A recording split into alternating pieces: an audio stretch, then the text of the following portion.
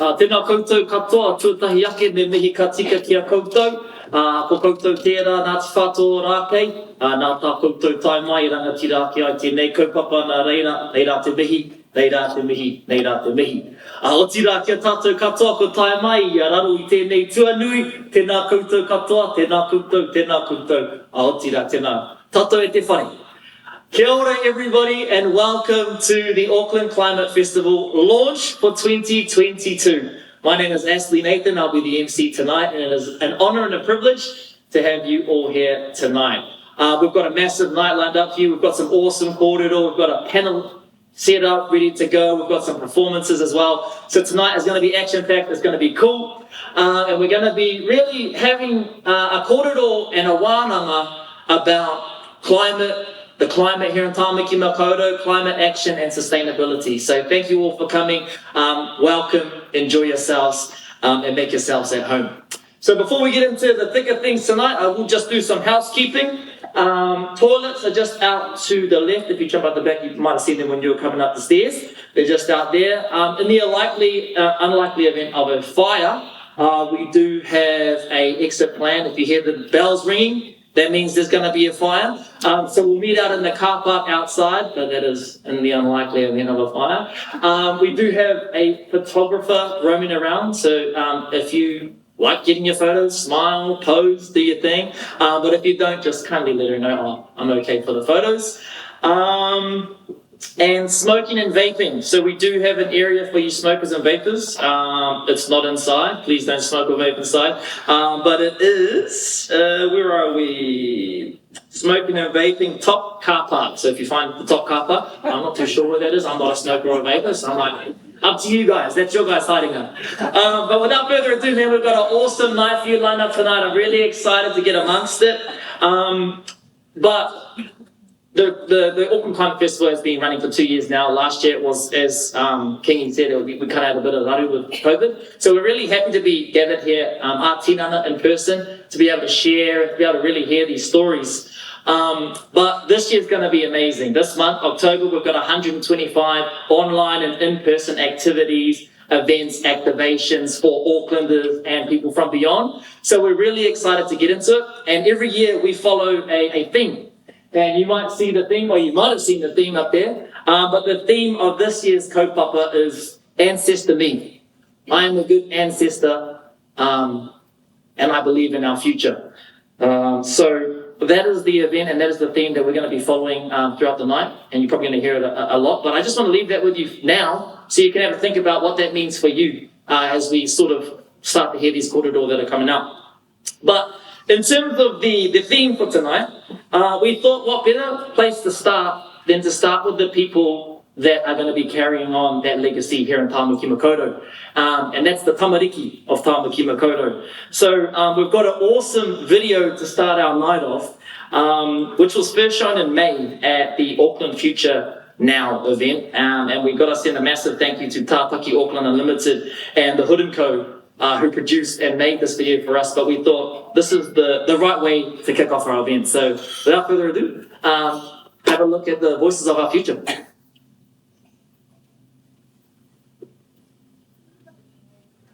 This one or this one?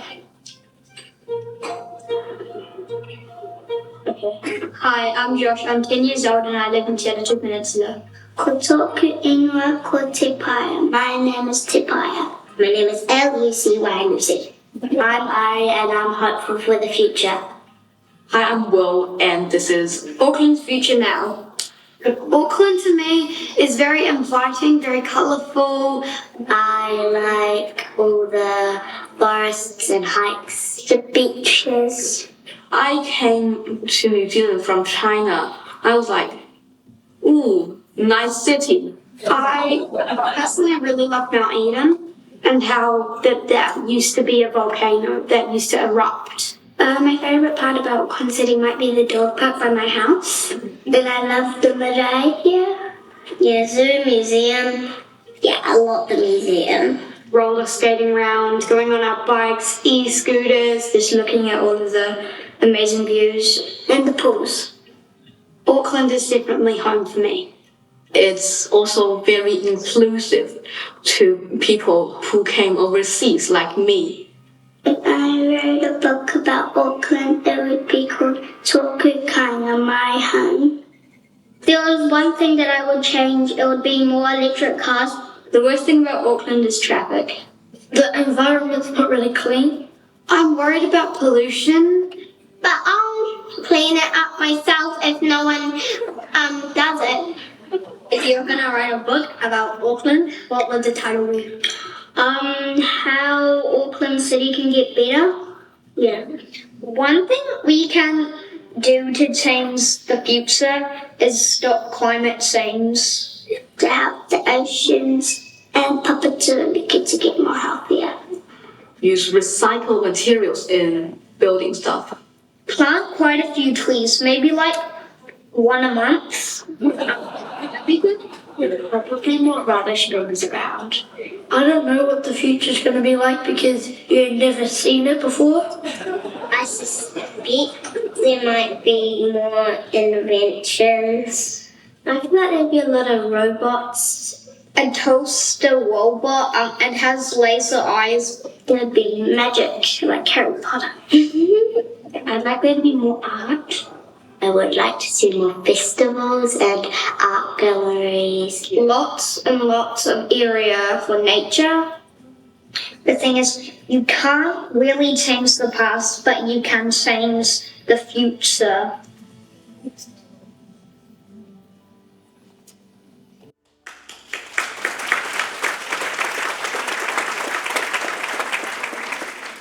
I love how kids can make such complex problems so simple.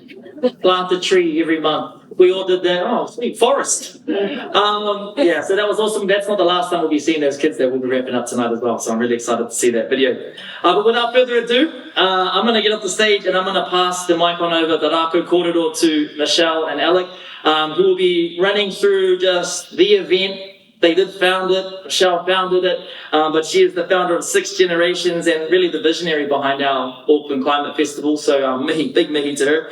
And we do have the Auckland Climate Festival Board and Director of Sustainability at Kāinga, Alec Tang as well, so they're here to share a bit of the vision of tonight. So, yeah.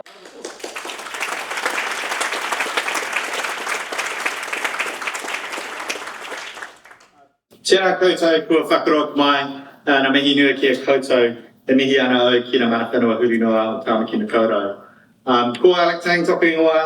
I'm here as the chair of the Auckland Climate Festival Advisory Board, and it is super cool to be here, and it is super cool to look across the room and see so many friends, and so many soon-to-be friends as well. It has been a long road to get here. It has been a road of false starts last year, but it's a really inspiring journey to have gone on. What we want to do, we're not going to take up too much of your time.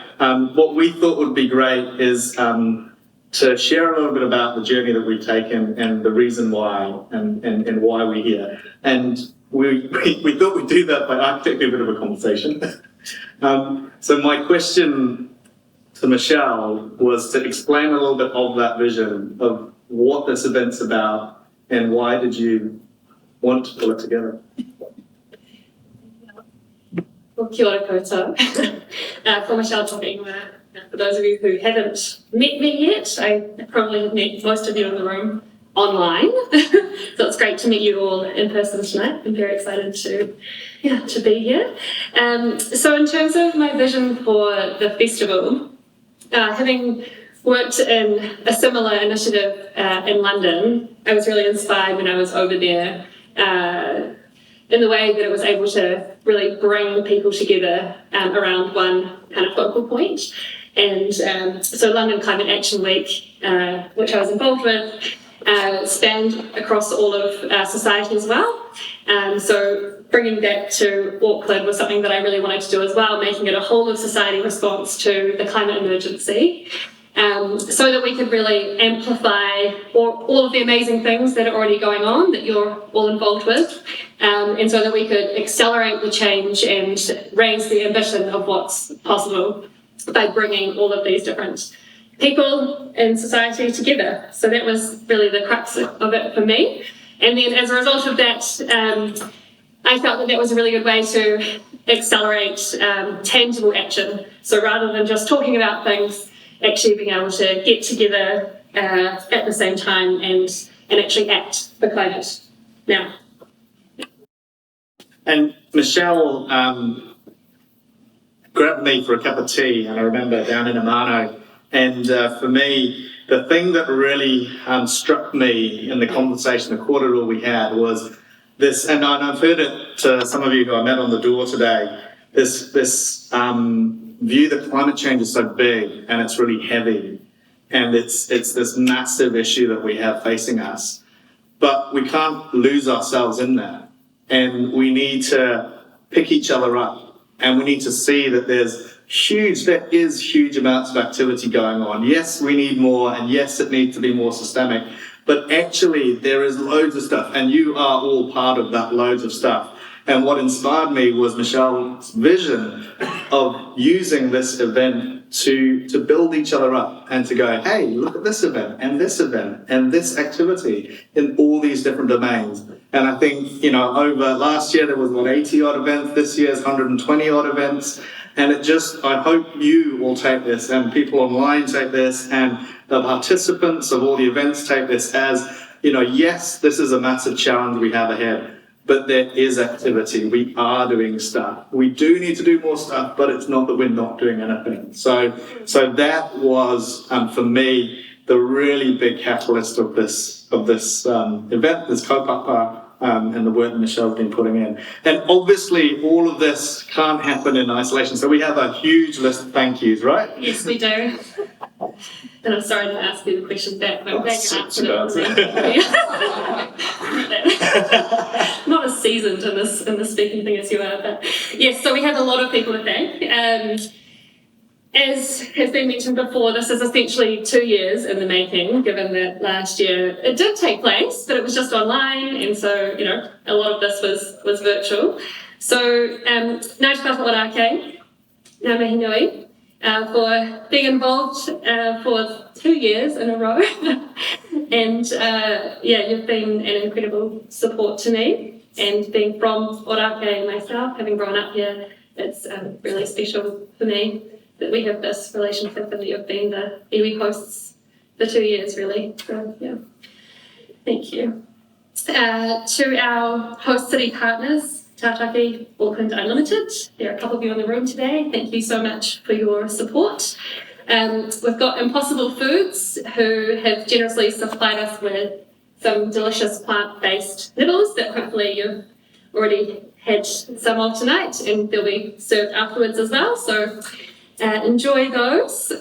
We also have our major partners, Vector Lights, in partnership with Auckland Council and Whakapatahi, who are lighting up the Harbour Bridge this weekend in our festival colours. So hopefully after this you can, maybe not with the weather tonight, but over the weekend you might be able to see it through the rain. Hope that you can go and enjoy the bridge. So thank you very much to them.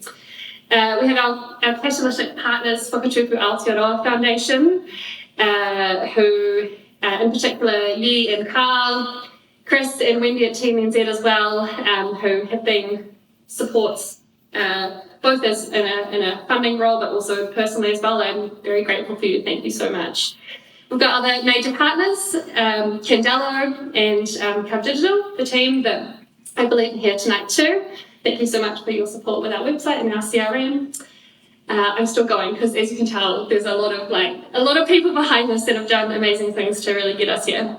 I want to thank the Tyndall Foundation and Foundation North as well for your financial support.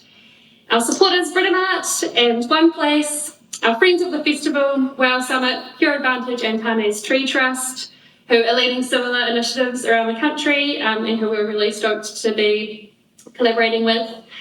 And really, huge thanks to our very little team and those who have supported behind the scenes. So we've got Hannah, who is at the back, hasn't been feeling super well, but has pulled through today and pulled off this amazing event alongside Abby, who's come on board recently, who's been incredible, Mike, Rob, Holly, Ursula, Pete Bernhardt, our advisory board, and everyone else who helped out last year as well. I'm sorry if I've missed anyone. And last but not least, I really wanted to thank our event hosts. So, you're the ones basically making this all happen this month. We've come a long way in a really short space of time, pulled together amazing people, and you are the ones that are enabling climate action to actually take place. So just want to thank you so much for all of your contributions, and I'm very excited to be getting along to as many events as I can physically go to this month. So, have I thanked everyone? Oh, and of course, our speakers for tonight. I haven't thanked everyone. Our speakers for tonight, thank you so much for getting on the stage and sharing your hearts and your insights around climate action. I'm very grateful. Okay, I think I'm done here. Right, on that note, we're going to move on to a message from our Prime Minister, Jayathissa Nathan. Enjoy. It's my pleasure to join you all via video today to launch the second Auckland Climate Festival. My apologies I could not be with you in person, but I'm sure the next 30 days will be incredibly productive and inspiring. Over the next month, the festival will see close to 100 events taking place across Tamaki Makaurau. This is an exciting opportunity for people and communities from all around the city to come together and drive forward meaningful climate action. It's a chance to bring people together and foster a space for that collective action. And this combined effort and joint partnership will be so important as we take the next steps together.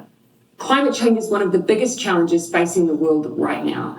Our government is making climate action a priority because we know we must make deep and urgent cuts to our emissions.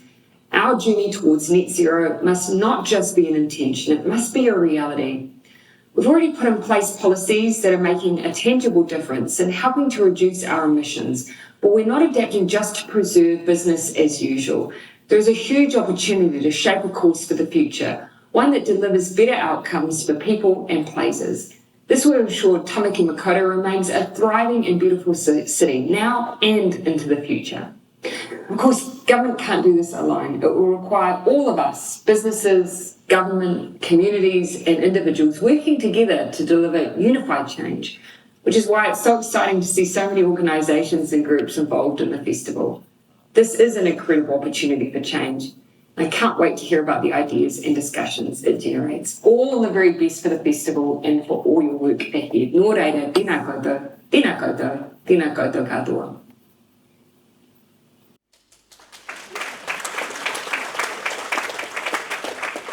Kia ora, Jacinda. When I was watching Jacinda's kōrero and also Alec and Michelle, a whakatauki came to mind. Mā pango mā whero ka oti te mahi, which pretty much means with everybody's collective effort, the work will be done and it will be completed. So, it's awesome to see everybody gathered here under one roof to tackle climate change. Also, when I was over there, Michelle was like, oh my gosh, I forgot one more acknowledgement. So could you please send some love to our artists tonight? So you might see some artwork around. There's one piece there, there's a piece at the back as well. The artists are actually here in the building as well. Judith Lawson, Alison Mitchell-Marsden and Kate Bedford. So thank you guys for the artwork. We'll jump to our next guest speaker today. So we've got Matthew Blaikie, the Chief Sustainability Officer at Auckland Council. Matthew leads a team responsible for strategic thinking, analysis and advice on sustainability and climate change, including the development and delivery of Te Tārukia Tāwhiri, Auckland's climate plan. So it's a bit of a big deal. Tonight he will be speaking about what has been achieved over the past year, since the inaugural Auckland Climate Festival last year, the scale and nature of the challenge ahead and his hopes for Tamaki Makaurau. Tēnā koe.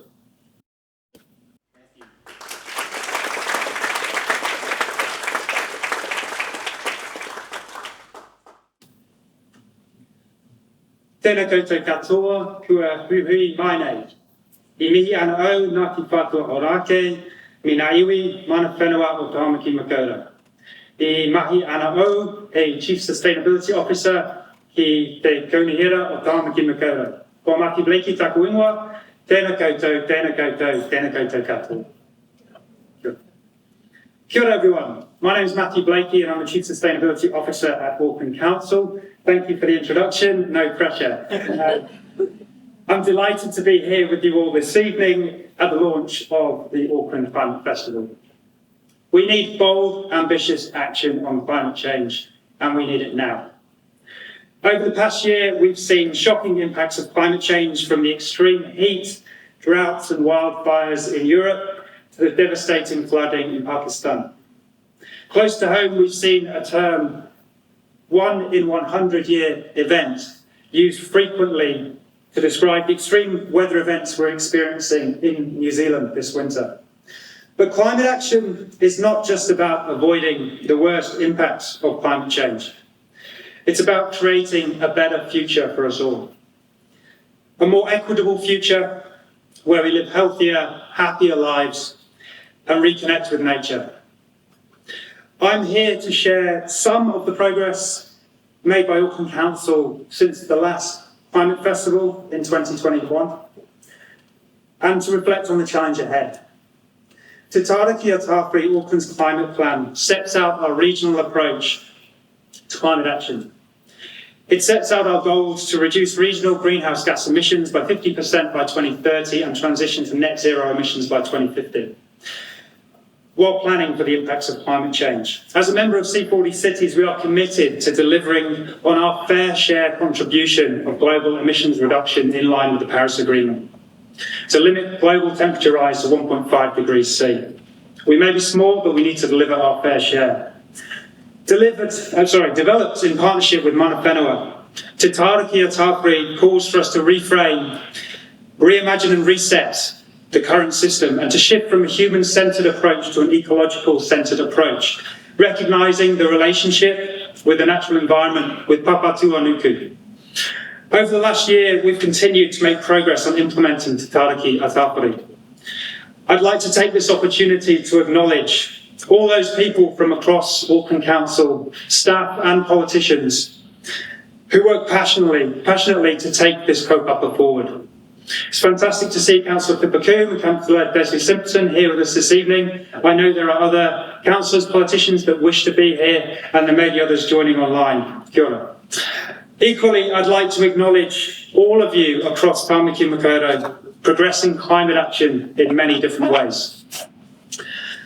Over the past year, we've developed a climate action targeted rate to raise over $1 billion of additional ring-fence funding for climate action, with a focus on significantly improving access to low-carbon transport, public transport that is, delivering safe and convenient walking and cycling infrastructure, and planting trees now in areas that need them most to prepare for a warmer future and build resilience to extreme heat, focusing on areas with lowest canopy cover.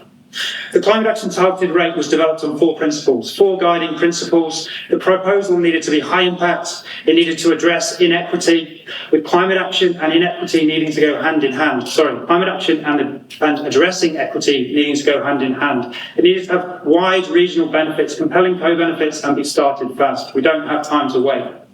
As a result of the additional investment, improved bus services will be available to more than 1 million Aucklanders. 170,000 people will be brought within 500 metres of a frequent bus service. That's a bus at least every 15 minutes for most of the day, frequent enough for you to turn up at the bus stop without looking at the timetable, knowing that a bus will be arriving shortly. Public consultation on the climate action targeted rate received 2/3 majority support from individuals, organisations and Māori entities, and there was a clear margin of support from the Kantar Independent Public Survey. This demonstrates that Aucklanders want increased action on climate change. Auckland Council and Auckland Transport have developed a Transport Emissions Reduction Pathway, or TERP. This sets out the transformational changes needed to reduce transport emissions by 64% by 2030, in line with Te Tārakia Tāwhiri. TERP describes how the transport system must transform in 8 years to cut transport emissions dramatically, but also, importantly, to realise the benefits of a more equitable, safer and healthier transport system for all of us. It is fantastic to see an event focused on TERP as part of the Climate Festival. Of course, the real challenge comes with implementation, and we need to focus on embedding TERP throughout all our actions, including future updates to key transport planning and investment, and land use policy. We're delivering, as Auckland Council, on a wide range of climate action projects funded through our 10-year budget. Tātākli Auckland Unlimited, and I believe there's a few of you here, have been leading the development of Climate Connect Aotearoa, an innovation hub to support collaborative climate action. Climate Connect Aotearoa is set to launch in October and is hosting an event as part of this festival, focused on transitioning to a low-carbon, resilient and inclusive economy in Tamaki Makaurau. Our rangatahi programme, Mātātahi Taia, has formed a Kāhui rangatahi group with an aim to develop a climate action programme created by rangatahi to explore and deliver Maori-led approaches and solutions to the climate crisis. We've launched community climate action grants for projects targeting emissions reductions, community resilience or Maori-led responses to climate change. You can join a festival event with our community climate action team next Wednesday to learn more about applying for grants to support your climate action initiatives, and I encourage you to do so. We planted the first 5 hectares or 200 hectares of native forest to be planted on unproductive farmland on our regional parks, with a 5-year plan to enable 200 hectares of planting. I'm very happy to see that as part of the festival, there's an event on how native forests can shape Aotearoa's future. These projects are just a few of the many projects we are working on, and there are many more being delivered by individuals, communities and organisations across Tamaki Makaurau. But adding climate action projects on top of business as usual will not enable us to arrive at where we need to be. Incremental change and tinkering around the edges will not be enough. We need to change the system from the bottom up and the top down to enable impactful climate action. We're making progress and this should be celebrated. And this is part of the festival, to celebrate the successes that we are all having. But we need to significantly increase the speed and scale of our climate action response. This isn't just for Auckland Council, and we can't do that alone. We need to work together with mana whenua, with central government, thank you Jacinda, with communities and businesses. Bold, ambitious climate action is required across everything we do to achieve a just transition to a low-carbon, climate-resilient Tamaki Makaurau. I believe this will only be possible if collaboration and partnerships are central to our approach. You can join an Auckland Conversations event on the need for radical collaboration to accelerate climate action at the end of October as part of the festival.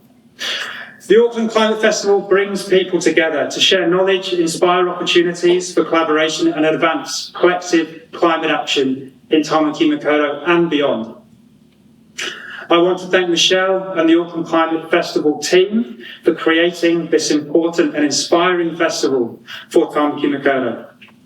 This October, we all have an opportunity to reflect on how we can act to create a better future and be good ancestors for generations to come. I encourage you all to come together and take action and be part of the change we need to see. Kia ora.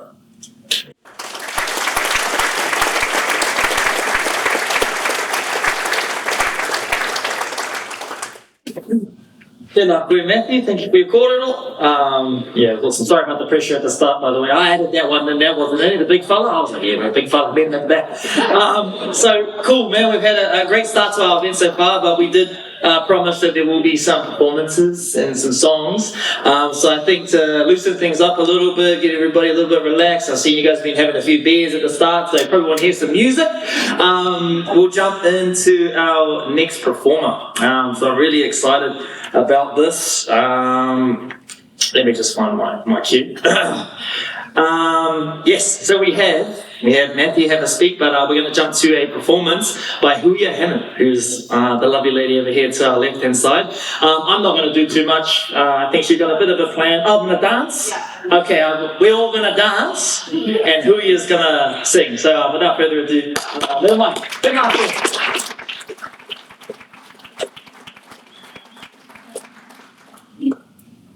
Alright, kia ora tātou katoa, ko Huia Hammond tōku iwi, ko Ngāti Whātua Ōrākei tōku iwi, ko Tamaki Makaurau taku Kāinga. I'm just going to sing you a Jayathissa tonight, just one song, but what I'd like you to do, instead of looking at me, as performers usually like, I'd like you to look at our beautiful view here, Aotearoa, you can find yourself a little spot or just shuffle yourself or move your friend.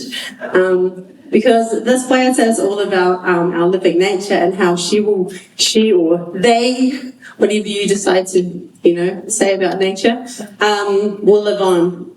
And it's all, we just have a small part to play, but we should definitely play our part. So here we go.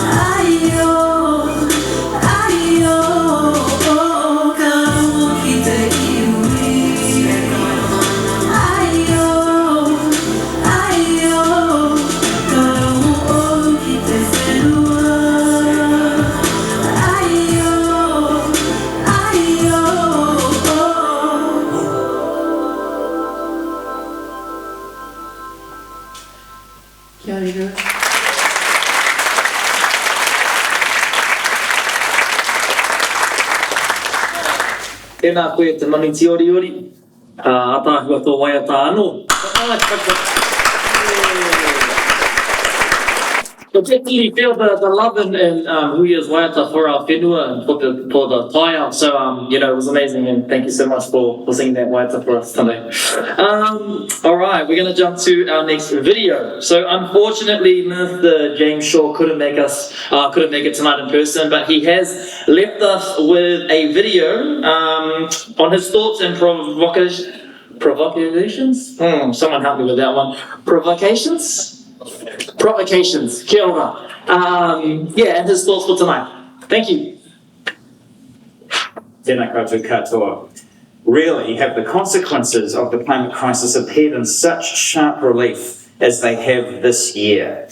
Here in Aotearoa, we have seen repeated flooding and incredible storm damage over and over again, and droughts so severe that the Awarua Waituna wetlands caught fire in autumn. Today's conference is taking place not far from Tamaki Drive, which is no stranger to the impacts of sea level rise. Across Europe, wildfires have ripped through parched regions, driving people from their homes, and in Pakistan, terrifying floods have left thousands dead and more than 7 million displaced. Every year, we learn more and more about our changing climate and what it means for our future. And every year, we lose more of the precious time that we have left to fix it. Yes, the window to cut emissions and to limit warming is still there, but it is vanishingly small. Our government was elected on a promise to tackle climate change, and over the last 5 years, we have achieved much. This year, we set our first 3 emissions budgets, and we've published the country's first ever emissions reduction plan and national adaptation plan. In fact, we've done more to fight the climate crisis in the last 5 years than the combined efforts of governments over the last 3.5 decades. But is it enough? No, and it never will be. There will always be more to do. We are yet to see a sustained decline in our greenhouse gas emissions, and even when we do, we'll need to ensure that that decline continues and in fact picks up pace every year until we hit net zero. It is going to be a marathon effort involving every part of government, every sector of the economy, and every member of our team of 5 million over the next 3 decades and beyond. Now, the sheer size of Auckland means, of course, that what happens here will have a significant impact on the rest of the country. But already you are rising to that challenge. Events like the Auckland Climate Festival are a testament to how seriously Aucklanders like you are taking the climate crisis. And of course, the introduction of a climate action targeted rate and the adoption of Auckland's climate plan, a plan to cut emissions and adapt to the impacts of climate change that can no longer be avoided. Auckland has recognised the risks that it faces, but also the tremendous opportunities presented by the transition to a low-carbon economy. Whether it's cheaper and better public transport, warmer and drier houses, or a safer, more livable city, we see time and again that taking climate action comes with the very happy coincidence of making our lives better. So I want to commend the efforts that you are making to bring about the transition to a low-carbon future in Tamaki Makaurau and in Aotearoa. And of course, I want to take this opportunity to encourage you to keep going further and faster. Together we can build an Aotearoa that is cleaner, more sustainable, and far more productive than the one that we know today. Nō reira, tēnā koutou, tēnā tātou katoa. Kia ora, James. Very good. We gave it for everybody else. Come on, perfect, James. Very important provocations there, might I add. So to speak on this and James's video there, we've got our panel discussion. So I'll be really looking forward to this. To deliver, we've been speaking about ambitions, we've been speaking about challenges with the climate. So we've gathered the Avengers of climate change for our panel discussion tonight. We've got Brianna Fruean, who's an activist and environmental advocate for Samoa. Yeah! She's a second-year student at the University of Auckland. We've got Prageeth, My bro. Jayathissa, kia ora. I should have asked that actually back. Prageeth Jayathissa, who's the GM Sustainability at Victor. We've got, unfortunately, Chloe Swadrook, the MP for Central Auckland, who was supposed to be joining the panel tonight, is unwell, but we have stepped in Rod Carr, who's the chairperson of He Ārangi Climate Change Commission and long-time leader in the climate space. So, homai te paki for Rod. He's like this. So that'll be great. And last but not least, we have our facilitator for the evening, Joe Kelly, who's the Chief Executive of Toitū Tahua, the Centre for Sustainable Finance. So kia ora, Joe. I will pass the mic and the stage over to you guys. And the theme will be our theme of 2022, Ancestor Me. I'm a good ancestor, believing in our future. Homai te whakapaki.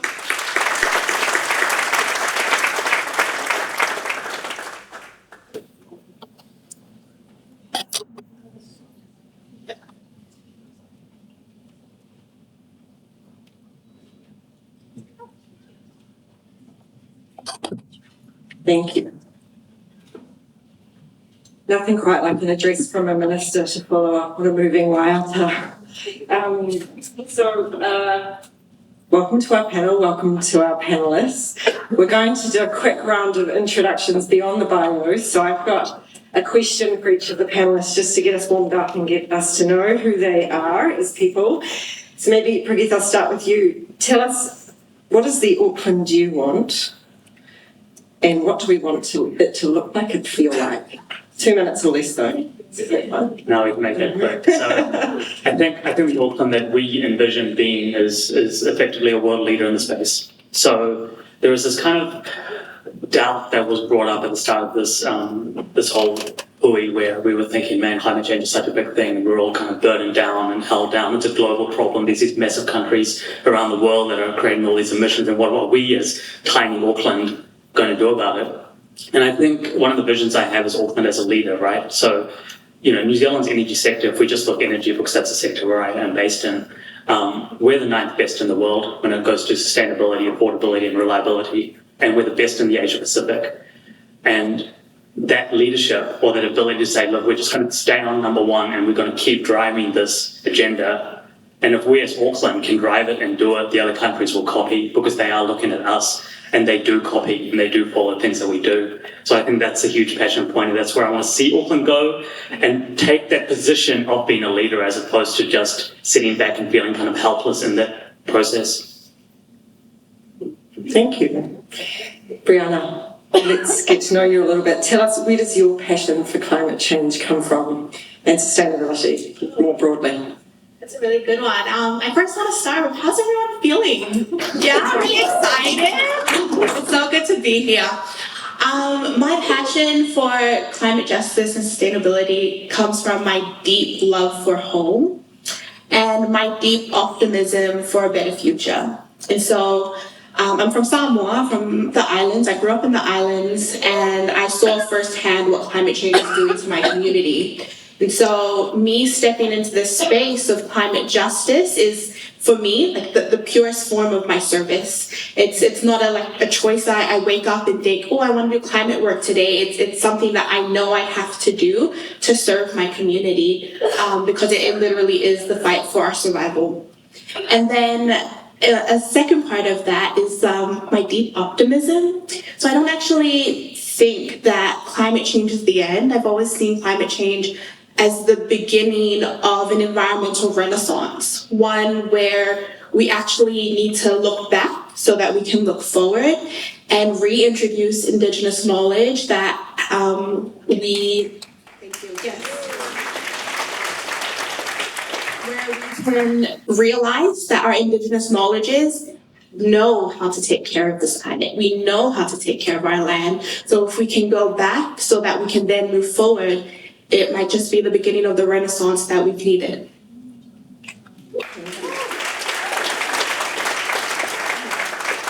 She's a tough act to follow, right? But what are you going? Where does your passion come from? Kia ora, everybody. The first thing to observe is I'm not Chloe. I'm not even a poor replica of Clark. I'm not even the right age to be here. But let me say a couple of things to connect with you. I grew up in Auckland. I was born in Auckland.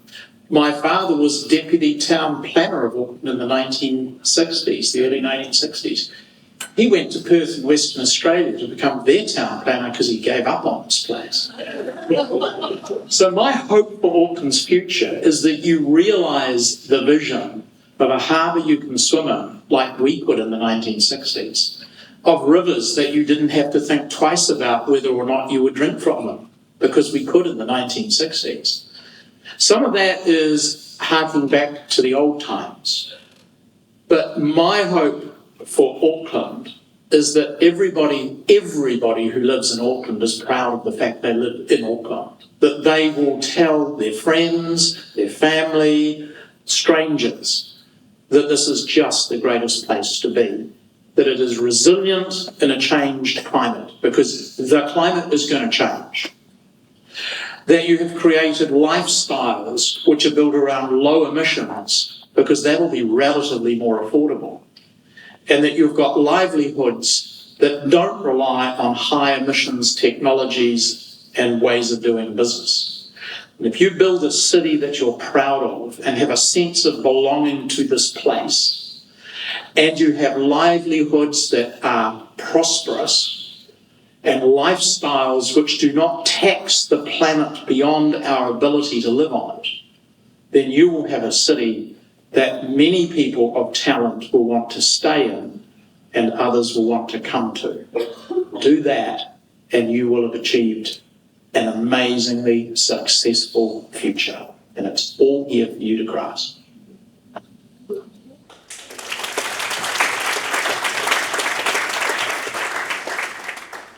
So, Brianna, let's start with you. Tell us, we've just got 2 questions, and we did that intentionally so that our panellists have the opportunity to discuss and talk about how they feel about things. So tell us, what are you seeing in your community, Brianna, that gives you cause for optimism and that inspires you? When I speak of community, I speak of, I normally, first thought is Pacific people, particularly Pacific people within the climate space. And when I think of what we're doing, I think a better question is, what are we not doing? There's so much that's happening within our villages, our communities, our families, our church communities to adapt and to be resilient in the face of climate change. And so I know friends of mine who their day-to-day life is adapting to the climate crisis and who aren't shown in the news, but they are climate leaders. They're the ones that are on the front line that are day-to-day having to be resilient. And so there's so much grassroots work that I know that's happening in my community, and that inspires me. There's also a lot of political climate leadership that comes out of the Pacific as well. Just last week, the government of Vanuatu, they spoke at the UN General Assembly and called for a fossil fuel non-proliferation treaty. And so they're trying to get countries to name the bad guy, name what we're trying to stop, and deal and sign a deal that says that we need to keep fossil fuels in the ground. And that is on top of the Vanuatu government's mission to get an advisory opinion on climate change with the International Court of Justice and recognizing climate change as a human rights offense. And so that's just one government doing work. On top of that, I heard from young people just yesterday who are planning to go to Kioa in Fiji. So Kioa is one of the islands in Fiji where Tuvalu people have had to migrate to. And so there's a big group, a cohort going to Fiji from all around the Pacific and within the Pacific diaspora to talk to these people and figure out what are their migration experiences and what can these young people then take to Egypt, to COP27, and make sure that they lobby so that their rights are protected, and also that we can prepare if at worst case scenario, we have to have people from the Pacific migrate due to climate change, that our dignity and that our rights are protected. And this project, this visit to Kioa, is run by young people, by people under the age of 30. There's some high schoolers going to this visit. And so that's just one other project that I heard of this week. And so I think the better question is, what are Pacific communities not doing in the face of climate change? Because it seems like we're doing so much, and that is what inspires me, is reclaiming that narrative that we're not victims, we're not helpless people waiting for someone to come save us, is that we are actively every day saving ourselves.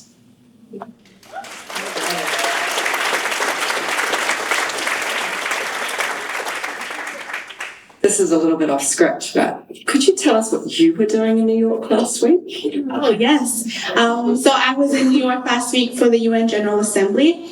I went to support the government of Vanuatu. I got to introduce the president at the Global Citizen Festival, as well as, really random, it was like a side quest, but I went for a YouTube event, trying to get more YouTubers with followings of millions, some billions, to create content about climate change to get our rangatahi more interested.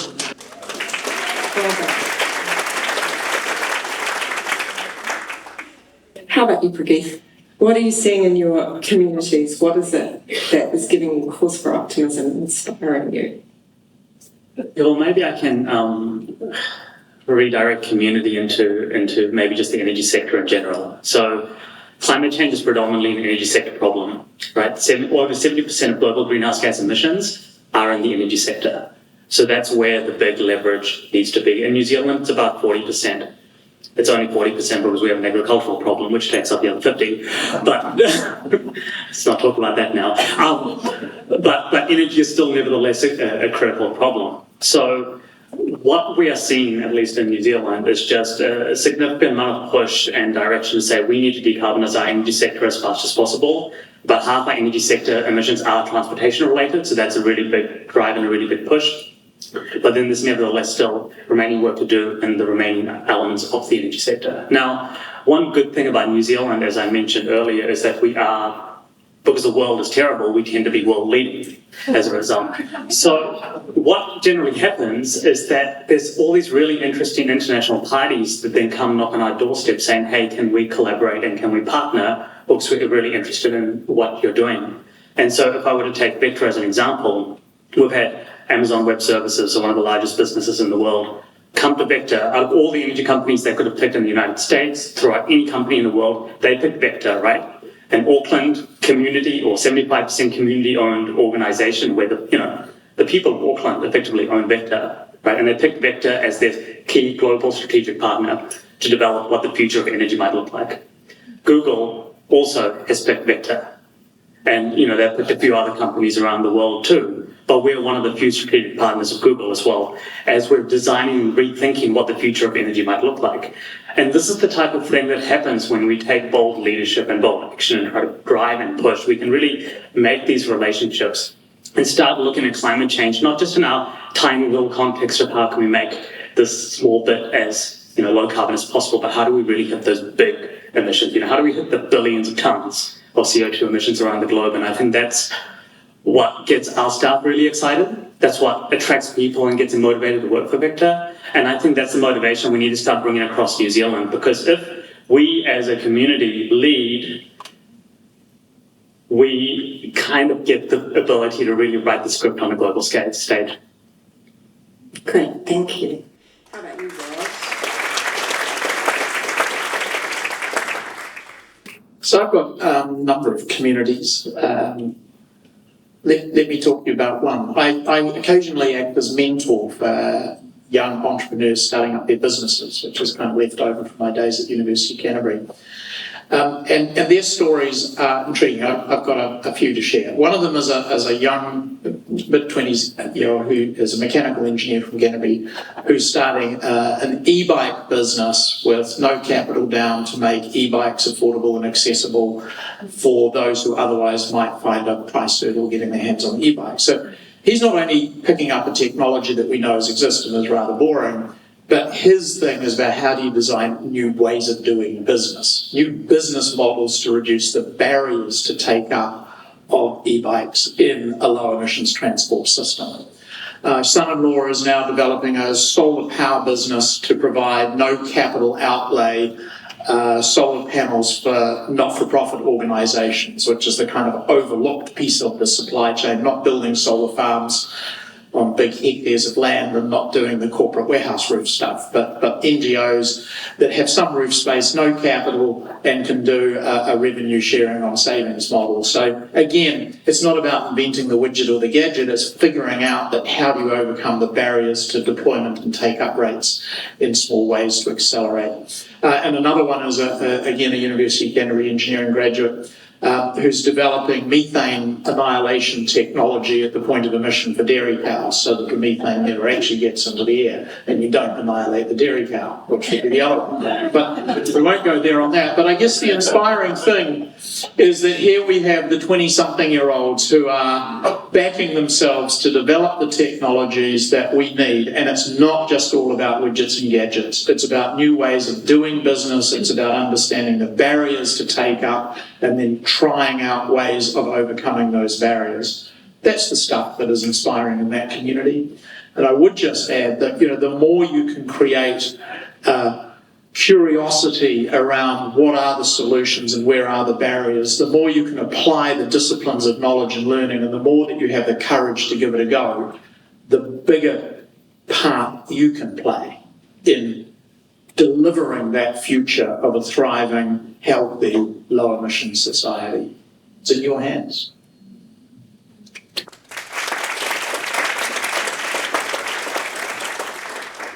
Three for three on mid-round applause. That's a good sign. So I've been at 4 conferences in the last week and I've heard a lot about climate leadership. And I've heard a lot about climate leadership where we're using the word leadership in the same sentence as just get started.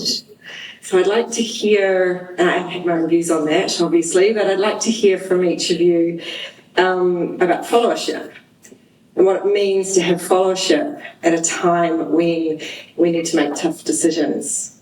So Brianna, we'll start with you. I think for me, like a big piece of that is empathy, is meeting people where they're at and understanding that not all of us had the same upbringing to be able to say that climate change is our main priority.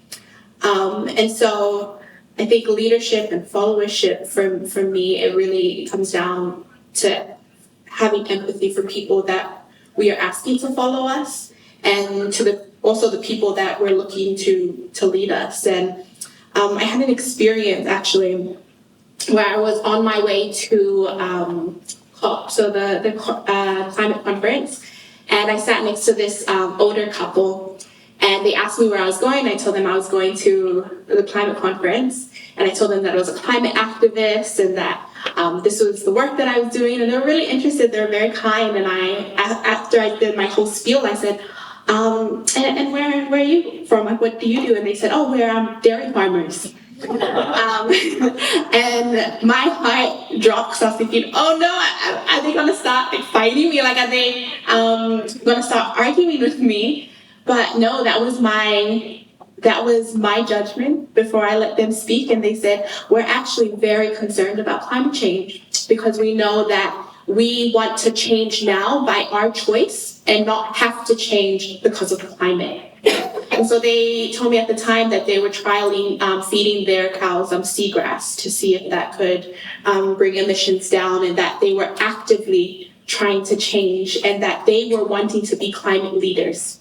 Okay. And so that's why I say I think empathy is so important, and not having this us against them, that it's climate activists against dairy farmers, against the energy sector, that I think we need to take a more empathetic approach where we realize that it's all of us for planet.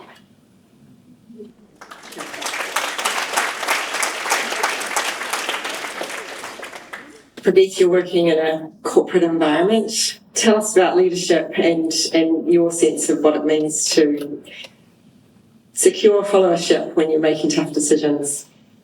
Yeah, no, followership is actually very key and probably not talked about. I think in the corporate environment, you need to understand what are the key levers that you need to be able to drive the fundamental element of the organization. And I think one of the fundamentals now, I call it the first law of climate change transition, essentially, is that if your business is not capable of surviving in a zero carbon society, you have no business, right? There is no future.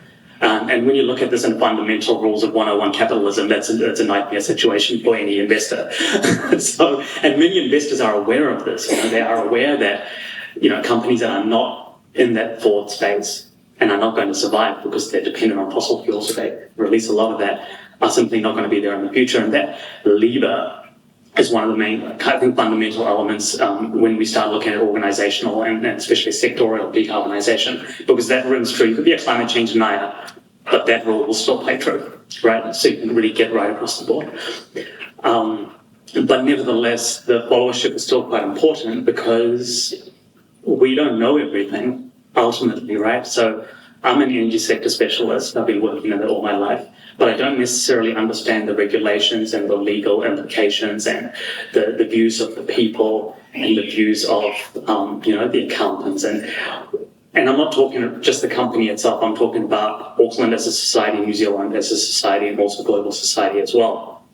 So this is where the collaboration that our ministers talked about earlier is so important and so fundamental, and it's this capability, this kotahitanga, to really work together and try to understand what are the pains and what are the barriers that are preventing decarbonisation from happening. Kind of another key element is that 86% of people, based on a recent survey in New Zealand, think that we should be doing more to limit a 1.5 degree world, right? That means 86% of staff and organisations think that we should be doing more to limit a 1.5 degree world. So you know that you have that power of the people behind you in every single sector. What are the barriers that are preventing those people from fulfilling their true internal values and driving the world into a particular state? And that's where the listening and the understanding and unlocking all those barriers and conversations, Matthew and I will meet, every 3 months just to ensure that, the Auckland strategy and the vector energy strategy have alignment, because the moment we go slightly out of alignment, that's when things start falling apart and start breaking down. And we need that followership of being able to listen through all the different sectors, from the people to the regulators to the legal structures, to government, to central government, local governments, and finally the organisations. Long answer to that question. Sorry about that. It's good. I think we're nearly at time, so I'm gonna ask Rob parting thoughts. FOC leadership. So I think the first thing to observe is that leadership is different in different contexts.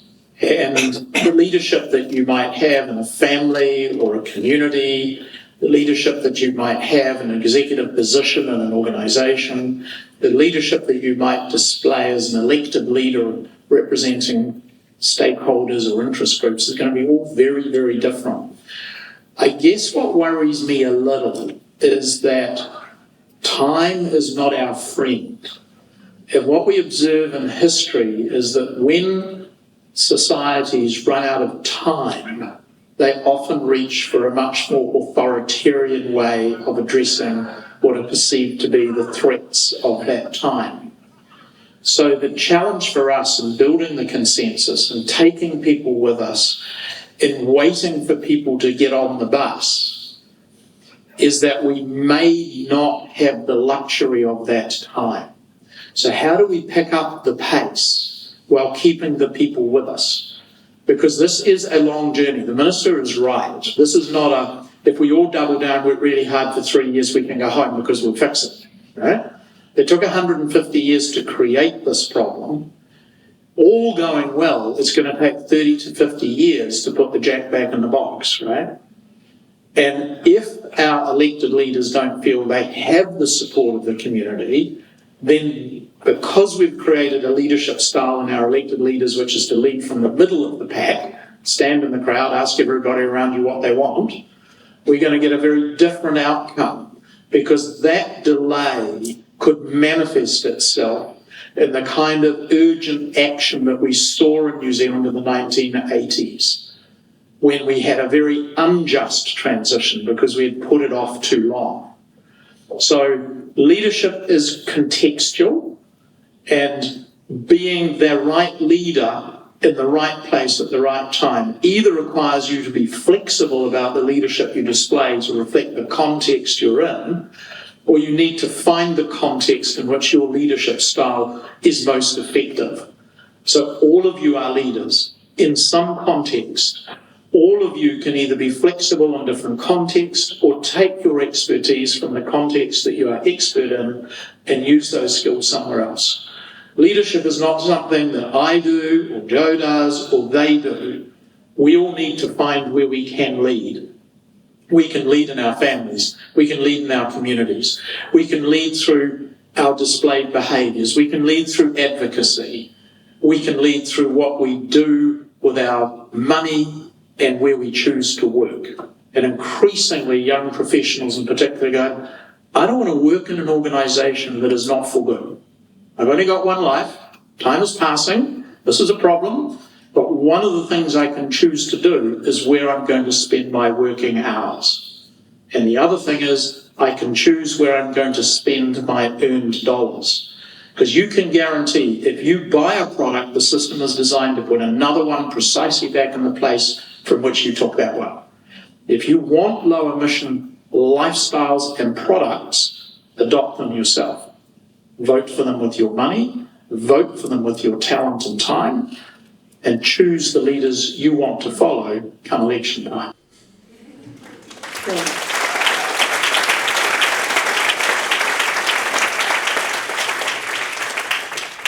I think we're done here, but I should have done this when we came to the stage. I just want to acknowledge Ngāti Whātua Ōrākei for allowing us to have this conversation.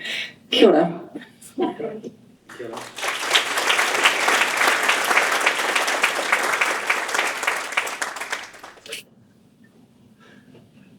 One more time.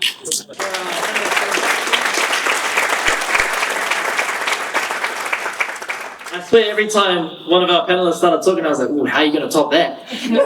Better. I was like, wow, man, it was absolutely amazing to listen to you all. You guys had great perspectives and from different areas as well. So it was fantastic to listen to. Up next, we have the privilege of a performance, a spoken word poetry performance from one of my friends, Zach Soapai. I've seen this man perform many times, work his magic on the stage, and it is absolutely fantastic. So I'm really looking forward to it.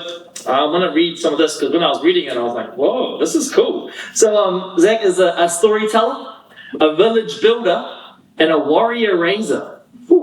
He's interested in the intersections between performing arts, equity, poetry, and education.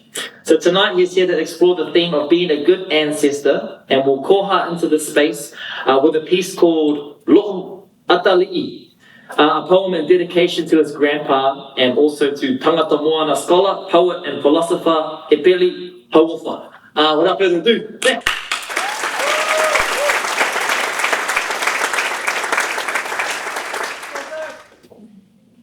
I have some friends in the crowd. Oh my goodness, this is crazy.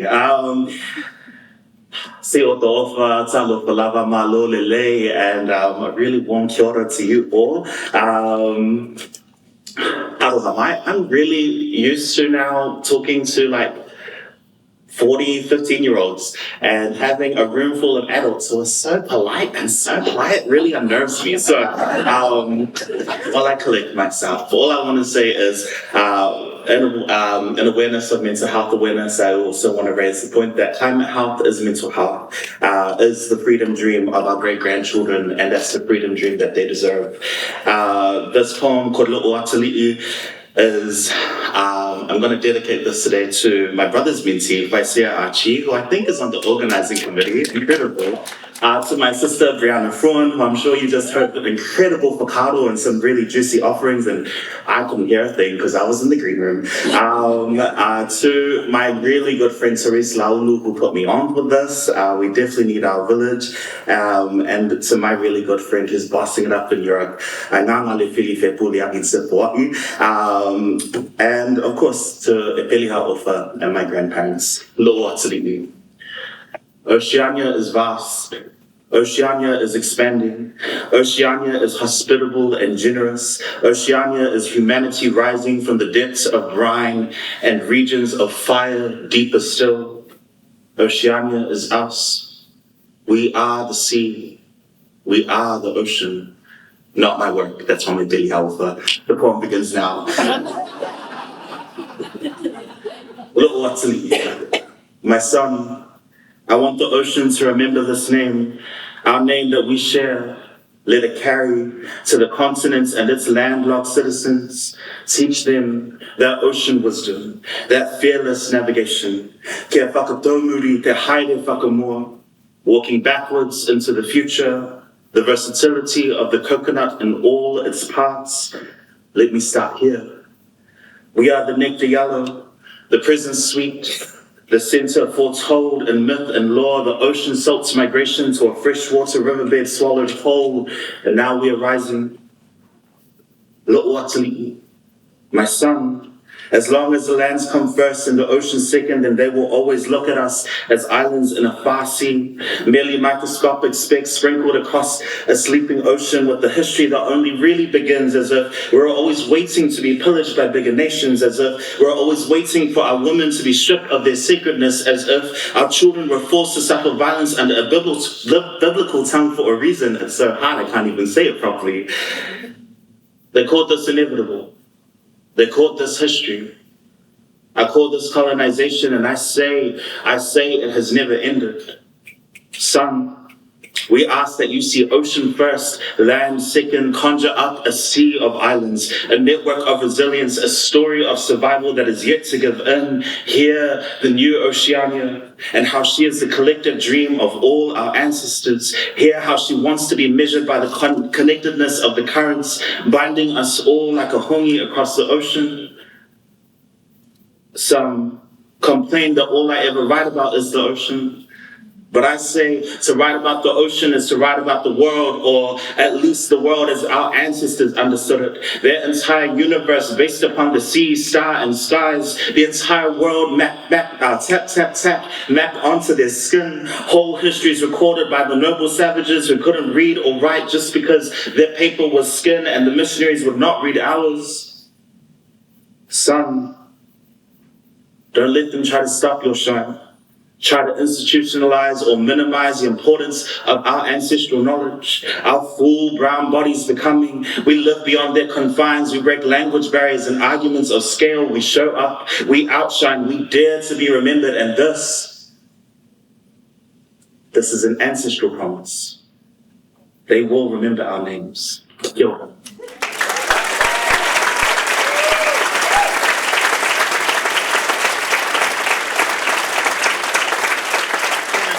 Always talked about the moana. Amazing. Taking this off. Where are you going? Look, I'm going to keep this short and sweet. We're going to get the visionaries, the top two up on stage to sort of wrap it up and talk about a campaign that they've got rolling for the Auckland Climate Festival. So, Michelle, Alec, come on up.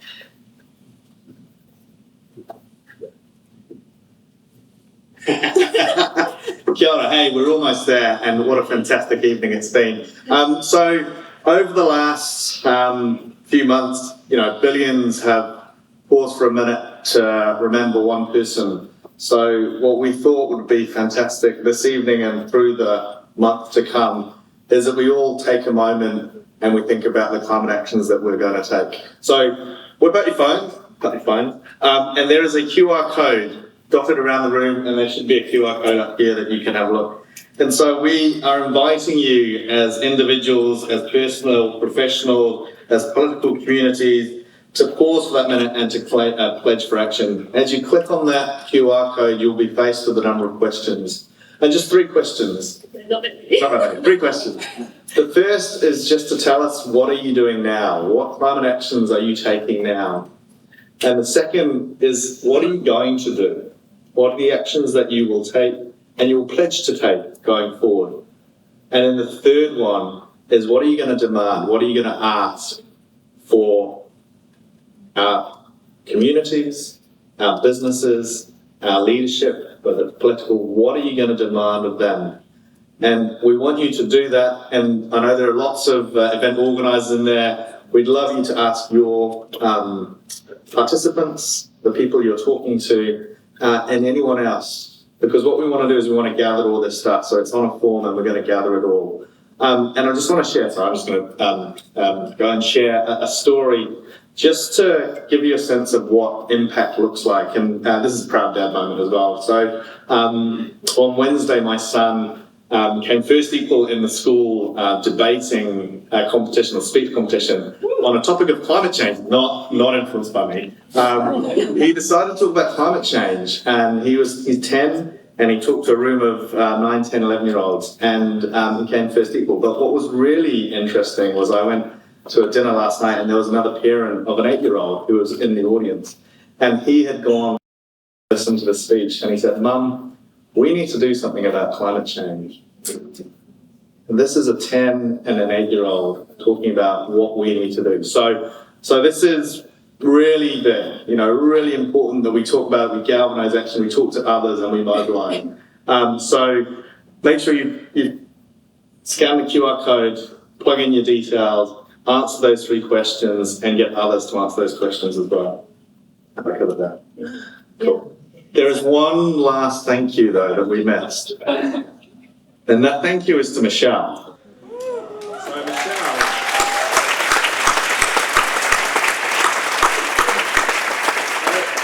many of you have been helping, many of you have been, a lot of you won't have seen all the effort that Michelle has been putting in the background. This has been a mission, this has been Michelle really pulling her heart and soul into this project. It has not been easy, and it has been strength that you've put into this, that you've followed through, and I just want to say thank you on behalf of everyone here, but also for the city for really pushing on, because it's tough, it's difficult, and it's just a privilege actually to be able to stand here and work with you on that. So,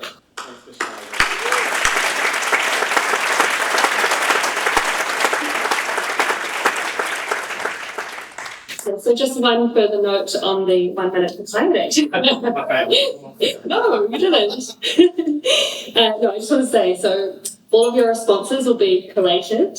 We'll be running this campaign throughout the whole month, and every Thursday we're going to share what everyone's been pledging. Hopefully, I feel so inspired after tonight, and I'm sure that everyone that's involved in the festival, all the participants, people that are just hearing about it, people that want to take action will feel inspired too, and I'm really excited to see what people will be pledging throughout the month. It'll be fantastic. So thank you so much for partaking in it tonight with us. Handing over. How are you? I think we've got a video first, just with the tamariki from the beginning, and then we'll end with Ngāti Whātua Ōrākei.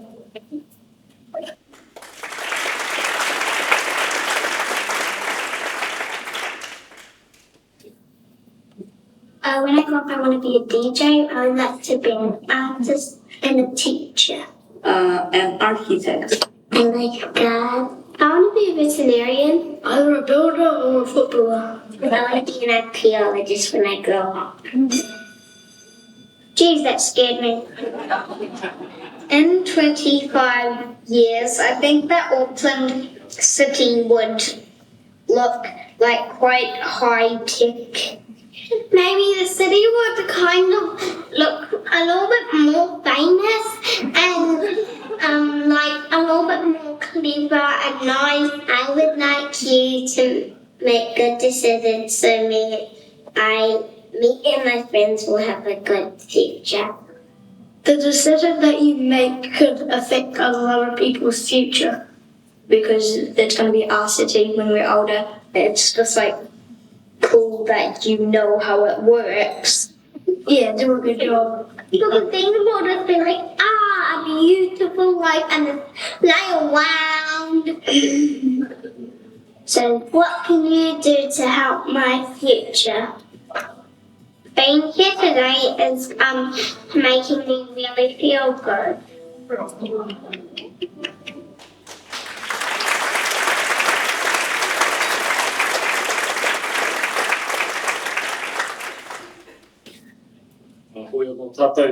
Being given the honour and privilege to wrap up tonight's proceedings tonight. But before we do that, can I get everyone to stand up? Okay, so what we're going to do here is we're going to conclude with some formal karakia or incantations, most of which have direct reference to atua or deities of the natural environment. And so I just want to thank again all of our panellists, all of the speakers that have left their thoughts and ideas and for well, and then we will have, I think, a light show at 8 p.m. On the Harbour Bridge. Yes? Correct? Cool. Awesome. Thank you guys. Tēnā koutou. Tēnā tātou katoa.